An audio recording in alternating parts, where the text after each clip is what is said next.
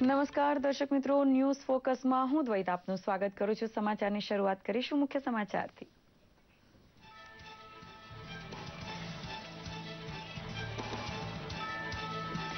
ઈશાન ભારતમાં પૂર પ્રકોપ વેઠતા રાજ્ય માટે 2350 કરોડનું પેકેજ જાહેર કરે છે પ્રધાનમંત્રી. દર વર્ષે પૂર સંકટનો ભોગ બનતા આસામ માટે કાયમી ઉકેલ શોધવા 100 કરોડની ફાળવણી અલગથી કરાઈ. આસામને બેઠું કરવા સઘળી મદદની ખાતરી આપે છે મોદી સરકાર. અતિવૃષ્ટિ પ્રભાવિત ગામડાઓ ખૂંદવા પાછળ ત્રીજો દિવસ પસાર કરે છે મુખ્યમંત્રી. પાટણ અને બનાસકાંઠા પંથકની ગ્રામીણ પ્રજાએ કપરા સમયે દાખવેલા ખમીરને સલામ કરે છે રૂપાણી સરકાર. સલામત સ્થળે નવા ગામ વસાવવાનો ઉપાય વિચારાશે. ગુજરાત ભાજપના તમામ પદાધિકારીઓ પોતાનું વેતન અતિવૃષ્ટિ રાહત કાર્ય પાછળ ખર્ચશે તેવી જાહેરાત કરે છે પ્રદેશ પ્રમુખ જીતુભાઈ વાઘાણી. સાંસદ, ધારાસભ્યો, કોર્પોરેટર સહિત તમામ ચૂંટાયેલા જનપ્રતિનિધિ જનતાના સુખ દુઃખમાં સાથે રહે તેવો દાખલો બેસાડશે. સોહરાબુદ્દીન શેખ તથા તુલસીરામ પ્રજાપતિ કથિત નકલી એન્કાઉન્ટર કેસમાં આરોપ મુક્ત બન્યા પૂર્વ આઈપીએસ અધિકારી ડીજી વણજારા તથા દિનેશ એમએન મુંબઈમાં સીબીઆઈ વિશેષ અદાલતે ચુકાદો આપતા પોતાને હવે ન્યાય મળ્યો હોવાની અનુભૂતિ કરે છે ડીજી વણજારા. અન્ય પછાત વર્ગ પંચની રચના માટેનો ખરડો પસાર થતો રોકવા બદલ કોંગ્રેસની આકરી ઝાટકણી કાઢે છે ભાજપના આગેવાન ભૂપેન્દ્ર યાદવ. આર્થિક અને શૈક્ષણિક પછાતપણું વેઠતા બહોળા વર્ગની ઉન્નતિ માટે મોદી સરકારે બંધારણીય દરજ્જો ધરાવતું પંચ રચવાનો કર્યો છે નિર્ણય. અને સર્વોચ્ચ અદાલતે સાક્ષીઓને પ્રભાવિત કરવાની કોશિશ બદલ તીસ્તા સેતલવાડને આપ્યો કડક ઠપકો. પોતાના ભૂતપૂર્વ સાથીદાર રઈસ ખાનની સામે કાનૂની તપાસનો વિરોધ કરવા બદલ સર્વોચ્ચ અદાલતે જાહેર કરી નારાજગી.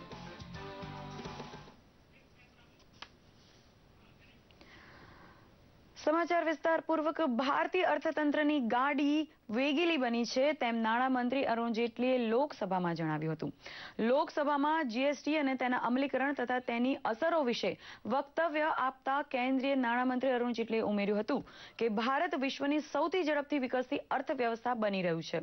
તેમજ તેમણે જણાવ્યું હતું કે કુલ ઘરેલું ઉત્પાદનની રાજકોષીય ખાદ્ય 3.2% જેટલી ઘટી છે. તેમજ ગ્રાહક મૂલ્ય સૂચકાંક સીપીઆઈ છેલ્લા 10 વર્ષોમાં સૌથી ઓછો રહ્યો છે. અરુણ જેટલીએ જીએસટીને લગતા કેટલાક પ્રશ્નોનું પણ નિરાકરણ કરીને તેના વિશે માર્ગદર્શન પણ આપ્યું હતું. RBI has said whenever we finish this exercise, we'll let you know. Now kindly understand the schedule. During the demonetization period, the RBI,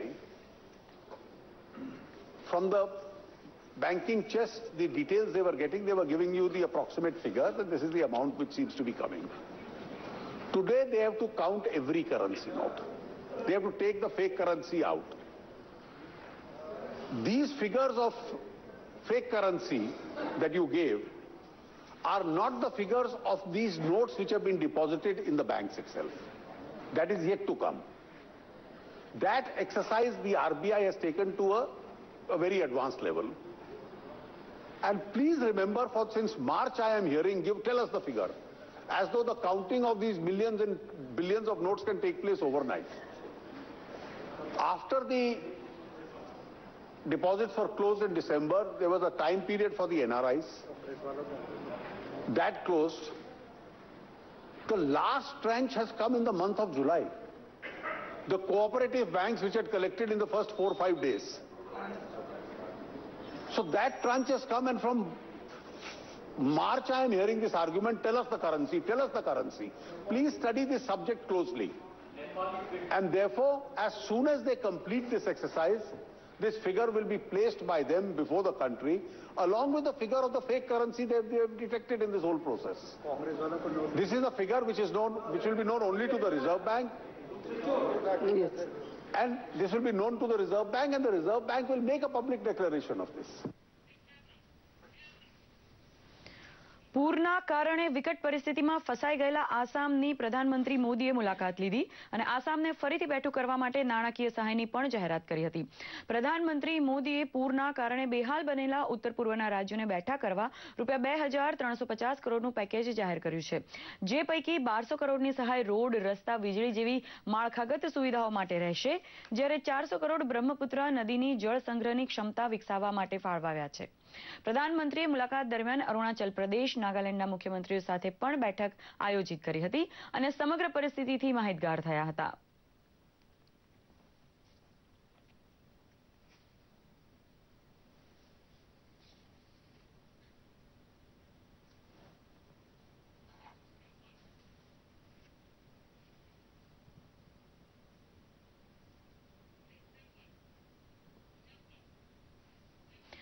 પોતાને પછાત વર્ગના મસીહા ગણાવતી કોંગ્રેસે રાજ્યસભામાં ઓબીસી બિલ મુદ્દે હોબાળો મચાવ્યો હતો.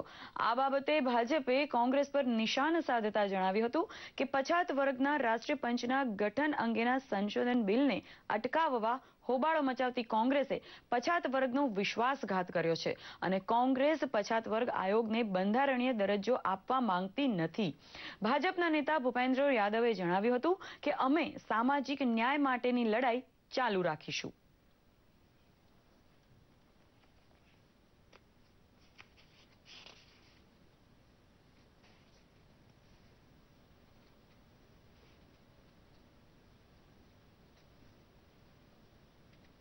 कांग्रेस ओबीसी समाज के मुद्दों को लेकर के कभी गंभीर भी नहीं रही. डॉक्टर लोहिया ने कभी कहा था कि जो छोटा छोटा वर्ग है इसको आर्थिक ताकत देने के लिए, इसको स्वरोजगार देने के लिए, इसके गांव तक सड़क पहुंचाने के लिए, और पंडित दीनदयाल का भी जो एकात्म मानववाद था कि समाज के अंतिम व्यक्ति को किस प्रकार से आगे बढ़ाया जाए, उसके लिए हम जो भी योजनाएं लेकर के आए, चाहे हम गरीबों के हक में डिमोनेटाइजेशन की योजना लेके आए, कांग्रेस ने विरोध किया. हम मुद्रा योजना लेके आए, कांग्रेस ने आलोचना करी. हमने जनधन में अकाउंट खोले गरीबों के, कांग्रेस ने विरोध किया. हम आधार जैसा कानून लेकर के आए, कांग्रेस ने न केवल हाउस में उसका विरोध किया बल्कि सुप्रीम कोर्ट में कांग्रेस के नेताओं ने पिटीशन डाली कि गरीबों का पैसा उनके पास ना पहुंचे. तो कांग्रेस की ये जो नीति है, सीधी सीधी गरीब विरोधी नीति है.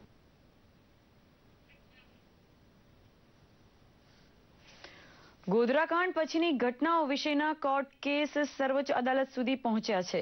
તે પૈકી તીસ્તા સેતલવાડને તેની સંસ્થાને સંડોવતા કેસમાં સુનાવણી દરમિયાન સર્વોચ્ચ અદાલતે કઠોર ઠપકો આપવો પડ્યો હતો. કથિત રીતે ખોટા પુરાવાઓ ઉભા કરવાના મુદ્દે સુપ્રીમ કોર્ટના ન્યાયાધીશ અરુણ મિશ્રા તથા અમિતાવ રોયની ખંડપીઠે જણાવ્યું હતું કે સાક્ષી પુરાવા સાથે ચેડા કરવા ગંભીર બાબત છે. ખોટા પુરાવાઓ ઉભા કરવા ગંભીર અપરાધ છે. અદાલતે નોંધ્યું હતું કે આ બાબતમાં કાં તો તીસ્તા સેતલવાડ અને તેની સંસ્થા ખોટી છે અથવા તો પછી રઈસ પઠાણ ખોટો છે. ઉલ્લેખનીય છે કે તીસ્તા તેના જૂના સહયોગી પઠાણ સામેની તપાસનો વિરોધ કરી રહી છે અને તીસ્તાએ ગુજરાત હાઈકોર્ટે કરેલા તપાસના આદેશને સુપ્રીમ કોર્ટમાં પડકાર્યો છે અને સુપ્રીમ કોર્ટ તીસ્તા તથા તેની એનજીઓ દ્વારા કરવામાં આવેલી અરજી પર સુનાવણી ચાલે છે.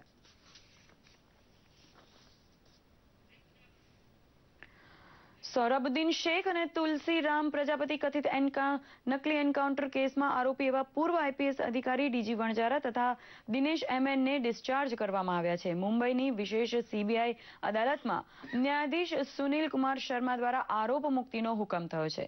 ગેંગસ્ટર ગણાતા સોહરાબુદ્દીનના કથિત નકલી એન્કાઉન્ટરમાં સંડોવણીના આરોપ સાથે ડીઆઈજી રેન્કના અધિકારી ડીજી વણજારાની ધરપકડ 24 એપ્રિલ 2007ના રોજ થઈ હતી. સોહરાબુદ્દીન સાથે સંકળાયેલા તુલસીરામ પ્રજાપતિનું અંબાજી નજીક છાપરી ખાતે ડિસેમ્બર 2006માં એન્કાઉન્ટર થયા બાદ સર્વોચ્ચ અદાલતે આ બંને કેસ જોડે ચલાવવાનો હુકમ કર્યો હતો. નકલી એન્કાઉન્ટર કેસ ગુજરાત બહાર ચલાવવાની દાદ પ્રમાણે સપ્ટેમ્બર 2012માં આ કેસ મુંબઈ ટ્રાન્સફર કરવામાં આવ્યો હતો. આરોપ મુક્તિનો ચુકાદો આવ્યા બાદ ડીજી વણજારાએ કહ્યું છે કે ખરેખર પોતાની સાથે ન્યાય થયો હોવાની અનુભૂતિ આ ચુકાદાને કારણે થાય છે.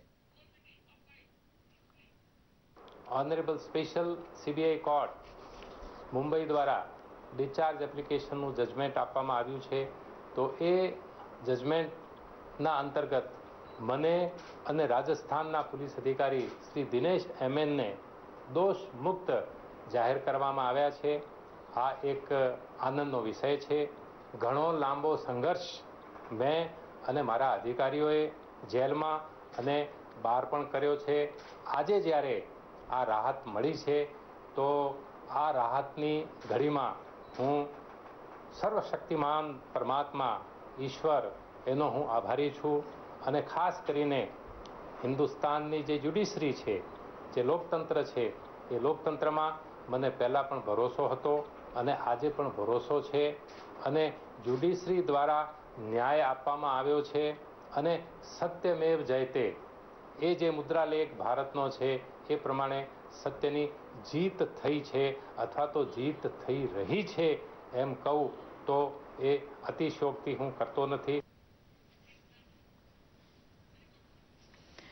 ગુજરાતના મુખ્યમંત્રી વિજય રૂપાણી 5 દિવસ માટે વરસાદી પૂરથી અસરગ્રસ્ત બનાસકાંઠાની મુલાકાતે છે, જેમાં આજના ત્રીજા દિવસે મુખ્યમંત્રી રૂપાણીએ જિલ્લાના લાખાણી, કુડા તેમજ ધુણસલ ગામની મુલાકાત લીધી હતી અને પૂરથી બેહાલ બનેલા ગ્રામજનોને સાંત્વના આપીને આ કપરી ઘડીમાં સરકાર સતત પીડિતોની પડખે છે તેવો વિશ્વાસ પણ અપાવ્યો હતો.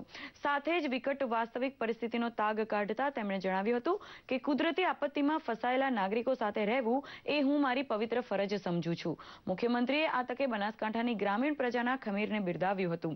સાથે જ જણાવ્યું હતું કે જે શ્રમિકો બીજા વિસ્તારનું રેશન કાર્ડ ધરાવતા હશે પરંતુ રોજીરોટી માટે અહીં આવીને વસ્યા હશે તેમને પણ સરકાર જરૂરી તમામ સહાય કરશે અને જરૂર પડે લાંબા ગાળાના નિવારણ તરીકે નવું ગામતળ વસાવવા પણ સરકાર વિચાર કરશે.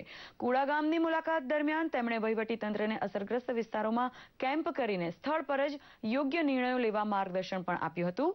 તો પોતાની વચ્ચે આવેલા મુખ્યમંત્રીના સંવેદનશીલ અભિગમને પ્રોત્સાહિત કરવા મોટી સંખ્યામાં ગ્રામીણો પણ હાજર રહ્યા હતા.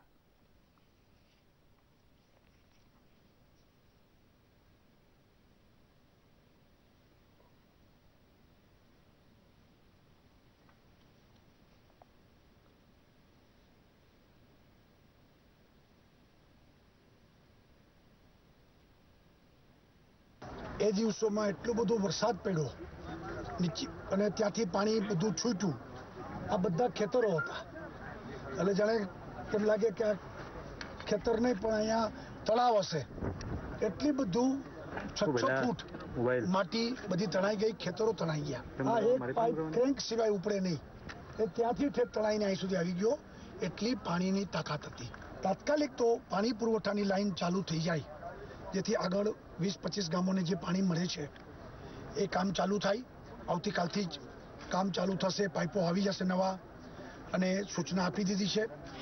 લગભગ 10 દિવસમાં એ કામ પૂરું થશે અને પાણી પુરવઠોની જે વ્યવસ્થા છે એ આ વિસ્તારની પુનઃ સ્થાપિત થઈ. બનાસકાંઠાના લોકોને ઝડપથી રાહત સામગ્રી મળે તથા તેમનું જીવન પુનઃ પાટા પર ચડે તે માટે ગુજરાત સરકાર કટિબદ્ધ છે. આ અંગે બોલતા કમલમ ખાતે પ્રદેશ પ્રમુખ જીતુભાઈ વાઘાણીએ જણાવ્યું હતું કે અસરગ્રસ્તોને ઝડપથી સહાય મળે તે માટે ભાજપના તમામ ધારાસભ્યો, સંસદ સભ્યોથી માંડીને તમામ નગરસેવકો 1 મહિનાનું વેતન મુખ્યમંત્રી રાહત ફંડમાં જમા કરાવશે. વર્ષોથી વિરોધ પક્ષમાં હતા ત્યારથી ભારતીય જનતા પાર્ટી જે પ્રતિનિધિઓ છે એ પ્રતિનિધિને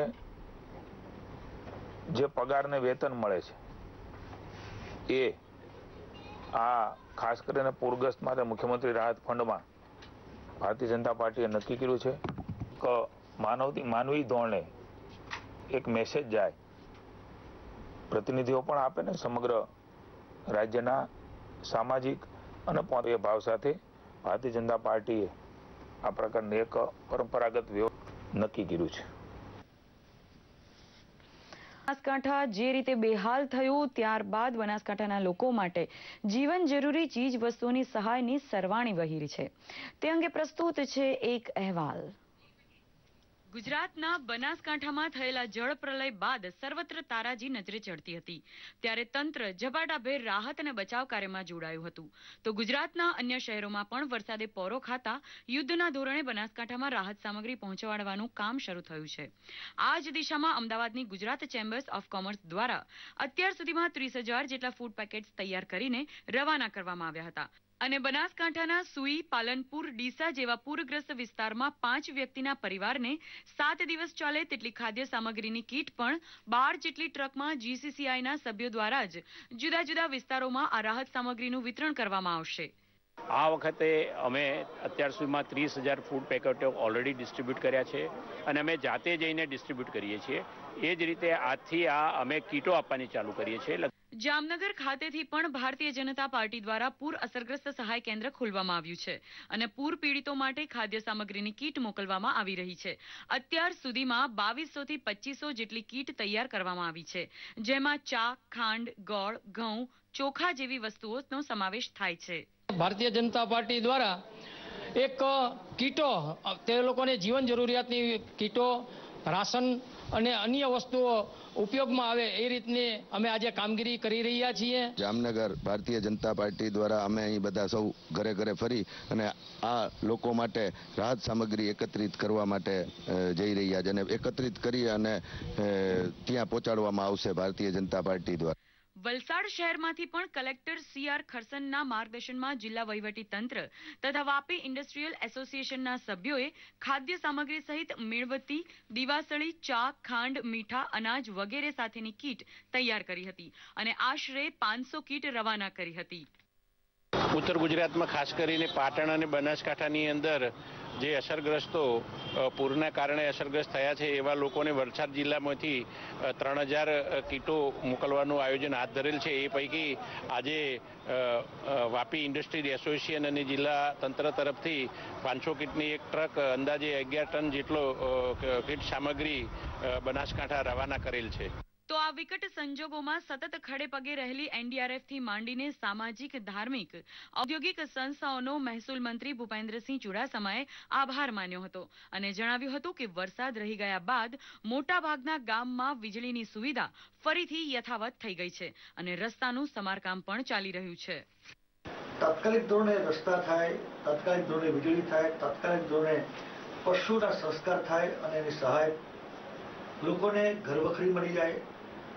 આ બધી જ યોજનાઓ, આ બધી જ કામગીરી તાકીદની છે જે અમે અત્યારે કરી રહ્યા છીએ. કુદરત કોપી ત્યારે રાજ્યના ખૂણે ખૂણેથી પ્રાપ્ત થઈ રહેલી રાહત અને સહાય એ બાબતનું ઉદાહરણ છે કે પૂરમાં પોતાનું સમગ્ર ગુમાવી બેઠેલા નાગરિકો માટે તંત્ર અને વિવિધ સંસ્થાઓ હોલા ઉપાડ કરીને વહેલી તકે પીડિતોના જીવનને પૂર્વવત બનાવવા કટિબદ્ધ છે. દૂરદર્શન સમાચાર, અમદાવાદ. વરસાદને કારણે અમદાવાદ શહેરમાં ધોવાઈ ગયેલા રસ્તાઓના સમારકામ માટે AMC દ્વારા કામગીરી શરૂ કરાઈ છે. સાથોસાથ જે નવા રસ્તાઓ બન્યા હતા તેનું પણ વરસાદને કારણે ધોવાણ થયું હોય તેના કોન્ટ્રાક્ટર વિરુદ્ધ તપાસ કરવાનો નિર્ણય લેવાયો છે. રિવરફ્રન્ટની સફાઈ માટે પણ કર્મચારીઓને કામે લગાડવામાં આવ્યા છે. પ્રસ્તુત છે એક રિપોર્ટ. વરસાદને કારણે અમદાવાદ શહેરમાં ધોવાઈ ગયેલા રસ્તાઓના સમારકામ માટે AMC દ્વારા કામગીરીની શરૂઆત થઈ ગઈ છે. સાથોસાથ નવા રસ્તાઓ બન્યા હતા તેનું પણ વરસાદને કારણે ધોવાણ થયું હોય તેની પણ નોંધ લઈ રહ્યા છે, જેથી જે તે કોન્ટ્રાક્ટર વિરુદ્ધ તપાસ કરાશે તથા રિવરફ્રન્ટની સફાઈ માટે કર્મચારીઓને કામે લગાડવામાં આવ્યા છે. ખાસ કરીને જે વરસાદને કારણે રસ્તાઓને નુકસાન થયું છે, લગભગ 34 ઇંચથી પણ વધારે વરસાદ થવાના કારણે કેટલાક કોન્ટ્રાક્ટરની નબળી ગુણવત્તાવાળા રોડને કારણે જે નુકસાન થયું છે એના સંદર્ભમાં કોર્પોરેશન ખૂબ ઝડપથી આ રોડ સરખા થઈ જાય એ દિશામાં રાત દિવસ કામ ચાલી રહ્યું છે. રિવરફ્રન્ટમાં જે ધરોઈથી પાણી આવ્યું, સંત સરોવરથી પાણી આવ્યું અને એના હિસાબે વોકવે સુધી પાણી આવી ગયું હતું. વોકવેમાં 4-5 ફૂટ પાણી હતું. આપણે 60 લોકોની એક સફાઈની ટીમ ત્યાં મૂકી છે અને એ બધી જ વોકવેની સફાઈ ચાલુ રહી છે. ત્યારબાદ રિવરફ્રન્ટનો વોકવે ખોલવામાં આવશે. હિન્દુ સંસ્કૃતિમાં આદિ અનાદિકાળથી શિવની ઉપાસના થાય છે અને થતી રહેશે. શિવજી પ્રસન્ન કરવાનો શ્રેષ્ઠ સમય એટલે પવિત્ર શ્રાવણ માસ. પવિત્ર શ્રાવણ માસ દરમિયાન પૌરાણિક અને અલભ્ય શિવ મંદિરોના દર્શન કરી દર્શનાર્થીઓ અલૌકિક સિદ્ધિ પ્રાપ્ત કરતા હોય છે. ત્યારે ચાલો આજે આપણે પણ ઐતિહાસિક શિવાલયોના દર્શન કરી શિવ ભક્તિમાં થઈએ તરબોળ.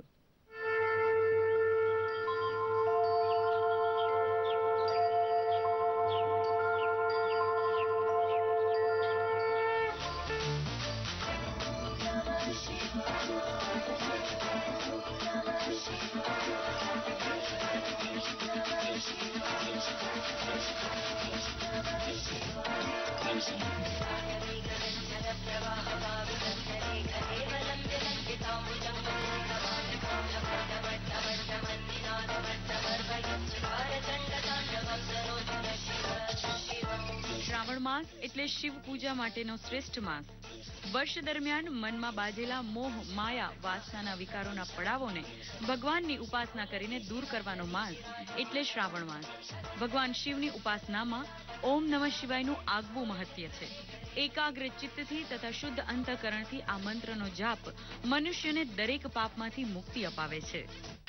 શ્રાવણ માસ દરમિયાન શિવ ભક્તોથી શિવાલયો ઉભરાતા હોય છે. ત્યારે સુરેન્દ્રનગરના હળવદમાં આવેલા 500 વર્ષ પુરાણું શરણેશ્વર મહાદેવના દર્શન માટે લોકો દૂર દૂરથી અહીં મોટી સંખ્યામાં આવતા હોય છે.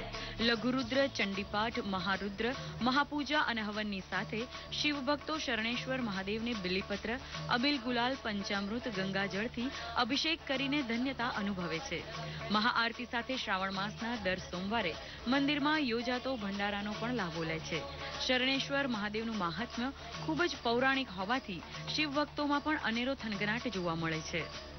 આ 500 વર્ષ જૂનું પુરાણું મંદિર છે શરણેશ્વર મહાદેવ. આનો મહિમા બહુ જ છે. અહીંયા હું 20-25 વર્ષથી આવું છું. આ મંદિરની અંદર રુદ્રાભિષેક, પાઠાત્મક લઘુરુદ્ર, હોમાત્મક લઘુરુદ્ર આવી બધી ધાર્મિક વિધિઓથી આખો શ્રાવણ મહિનો પૂર્ણ ભક્તિભાવથી ઉજવવામાં આવે છે. આ શરણેશ્વર એ પૌરાણિક મંદિર અને એની અંદરમાં ખૂબ ધામધૂમથી શરણેશ્વર મહાદેવની અંદરમાં શ્રાવણ માસની ઉજવણી થાય છે. અને એ ઉજવણીની અંદરમાં વિવિધ બધી ધાર્મિક વિધિઓ, રુદ્રાભિષેક છે, પાઠાત્મક લઘુરુદ્ર, હોમાત્મક લઘુરુદ્ર, શિવ મહાપૂજા જેવી અનેક વિધિ વિધાનો થાય છે. શ્રાવણ માસ દરમિયાન ભાવનગરના ઘોઘા ખાતે આવેલા અતિ પૌરાણિક કામનાથ મહાદેવ મંદિરનું પણ અનેરું મહાત્મ્ય છે. ભાવનગરની સ્થાપના પૂર્વેના વડવા ચોરા ખાતે આવેલ આ મંદિર 800 થી 900 વર્ષ પુરાણું છે. વડવા ગામના ચોરામાં પીપળાની ઘનઘોર વૃક્ષની છાયામાં સ્વયંભૂ પ્રગટ થયેલા કામનાથ મહાદેવના દર્શન માત્રથી આધિ, વ્યાધિ અને ઉપાધિથી મુક્તિ મળે છે. અહીંના આધ્યાત્મિક વાતાવરણના કારણે દૂર દૂરથી ભક્તો કામનાથ મહાદેવના દર્શનનો લાભ લે છે. નૈસર્ગિક વાતાવરણમાં અને સ્વયંભૂ પ્રગટ થયેલા આ શંકર ભગવાનના દર્શનનો લાવો શ્રાવણ માસમાં તો દરેક દર્શનાર્થીઓએ અચૂક લેવો જોઈએ. સ્વયંભૂ મહાદેવ છે અને એ જ એનું પ્રમાણ છે કે આ સ્વયંભૂ મહાદેવ છે. એટલે સ્વયંભૂ મહાદેવ હોય એની લિંગ ખંડિત હોય તો એની પૂજા કરી શકાય છે, કારણ કે એ એમનું પ્રમાણ છે કે આ સ્વયંભૂ મહાદેવ છે ને અહીંયા પ્રગટ થયેલા છે. વડોદરા ખાતે આવેલ સૌથી જૂનું કાશી વિશ્વનાથ મંદિરમાં શ્રાવણ માસ દરમિયાન ભક્તોનો ભારે ધસારો જોવા મળે છે. 100 વર્ષ પુરાણું આ શિવ મંદિરમાં જળ, દૂધ, પુષ્પ અને બિલીપત્રોના અભિષેક કરી શ્રદ્ધાળુઓ ધન્યતા અનુભવે છે. આ ઉપરાંત ઐતિહાસિક ઠેકરનાથ મહાદેવના દર્શન માટે ભક્તો દૂર દૂરથી આવતા હોય છે. અલૌકિક અને આધ્યાત્મિક વાતાવરણ વચ્ચે ભક્તોની તમામ મનોકામનાના નીલકંઠ વર્ણી શિવ શંભુ પૂર્ણ કરે છે. તેથી જીવનને શિવમય બનાવી ધન્યતા પામવાનો અનેરો અવસર એટલે જ શ્રાવણ માસ. બ્યુરો રિપોર્ટ, દૂરદર્શન સમાચાર, અમદાવાદ. અત પવિત્ર એવા શ્રાવણ માસમાં કાવડ યાત્રાનું અનેરું મહત્વ રહેલું છે. શિવ ભક્તો ભોળા શંભુને રીઝવવા માટે શિવ મંદિરેથી પગપાળા કાવડ યાત્રા કાઢે છે. ત્યારે હાલ રાજ્યભરના રસ્તાઓ બમ બમ બોલે અને હર હર મહાદેવના નાદથી ગુંજી રહ્યા છે. ભક્તિમય વાતાવરણમાં કાવડિયાઓ ખૂબ જ ઉત્સાહ સાથે દેવાધિદેવને રાજી કરી રહ્યા છે.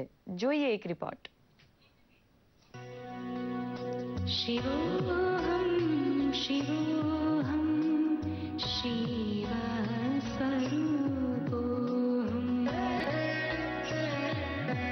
શિવોહમ શિવોહમ શિવ સ્વરૂપોહમ. રસ્તાઓ પર કાવડ યાત્રીઓની ભીડ છે. રાત દિવસ રસ્તાઓ પર બમ બમ બોલેના નાદ સંભળાતા થયા છે. કાવડને સજાવીને યાત્રા કરી રહેલા કાવડ યાત્રીઓ રસ્તે આવકાર અને અભિવાદન પણ ઝીલતા નજરે પડે છે. હાલ તાપી જિલ્લાના રસ્તાઓ કાવડિયાની હાજરીથી શિવમય બન્યા છે. છેલ્લા 12 વર્ષથી તાપીના સોનગઢ તાલુકામાં આવેલા પૌરાણિક ગૌમુખ શિવાલયથી કાવડમાં જળ ભરીને 400 જેટલા શિવ ભક્તો પગપાળા ચાલીને સોનગઢમાં આવેલા શિવાલયમાં ભોળાનાથને જળાભિષેક કરે છે. ત્યારે હાલ આ પવિત્ર કાવડ યાત્રામાં નાના ભૂલકાઓથી માંડીને મહિલાઓ પણ જોડાઈને શિવ ભક્તિમાં લીન બન્યા છે. 350 થી 400 કાવડ યાત્રામાં બધા મોટી સંખ્યામાં સૌ લોકો જોડાય છે અને સૌ સાથે મળીને આ અમે આયોજન કરીએ છીએ. મહત્વનું છે કે સોનગઢના દોણ ગામે આવેલ ગૌમુખના શિવાલયથી 400 જેટલા શિવભક્તો અંદાજે 20 કિલોમીટર જેટલું અંતર કાપીને રોકડિયા હનુમાન મંદિર સુધી ખુલ્લા પગે કાવડ યાત્રા કાઢે છે. અને હવે સોશિયલ કનેક્ટ્સમાં જોઈએ આજનો ટ્રેન્ડ શું હતો.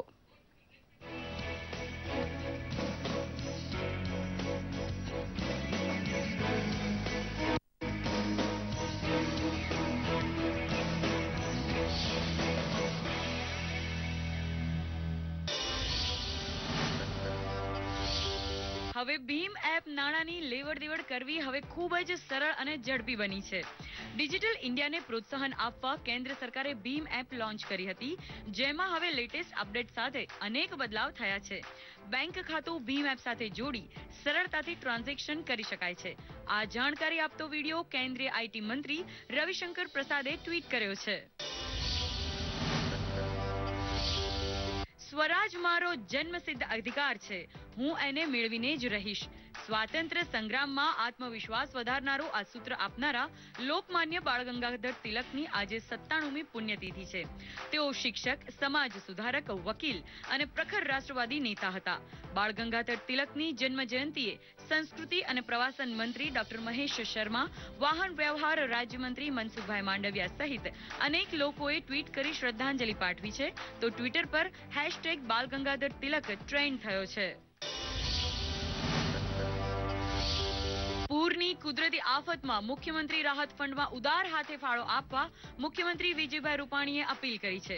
મુખ્યમંત્રી ઓફિસના ટ્વિટર હેન્ડલથી આ જાણકારી શેર કરવામાં આવી છે. જો કોઈ મુખ્યમંત્રી રાહત ફંડમાં ફાળો આપવા માંગતા હોય તો તેઓ મુખ્યમંત્રી રાહત નિધિ અથવા ચીફ મિનિસ્ટર્સ રિલીફ ફંડના નામે ચેક અથવા તો ડિમાન્ડ ડ્રાફ્ટથી ફંડ જમા કરાવી શકે છે. ભાજપના રાષ્ટ્રીય અધ્યક્ષ અમિત શાહના ફેસબુક ફોલોઅર્સની સંખ્યા 1 કરોડને પાર પહોંચી છે.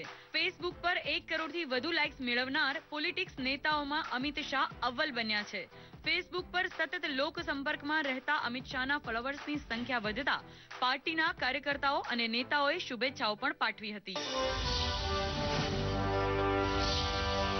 ટ્રેજેડી ક્વીન તરીકે જાણીતા હિન્દી ફિલ્મોમાં સુપ્રસિદ્ધ અભિનેત્રી મીના કુમારીની આજે જન્મ જયંતિ છે.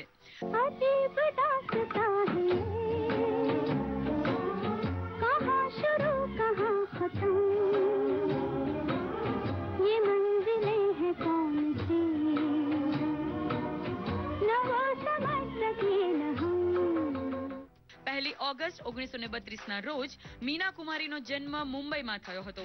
તેમનું મૂળ નામ મહજબી બાનો હતું. કરુણ અંતવાળી ફિલ્મો માટે જાણીતા મીના કુમારી એક ઉમદા નૃત્યાંગના સહિત એક સારા ગાયક અને સંગીતકાર પણ હતા. ઈદ કા ચાંદ ફિલ્મમાં તેમણે સંગીતકાર તરીકે પણ કામ કરેલું.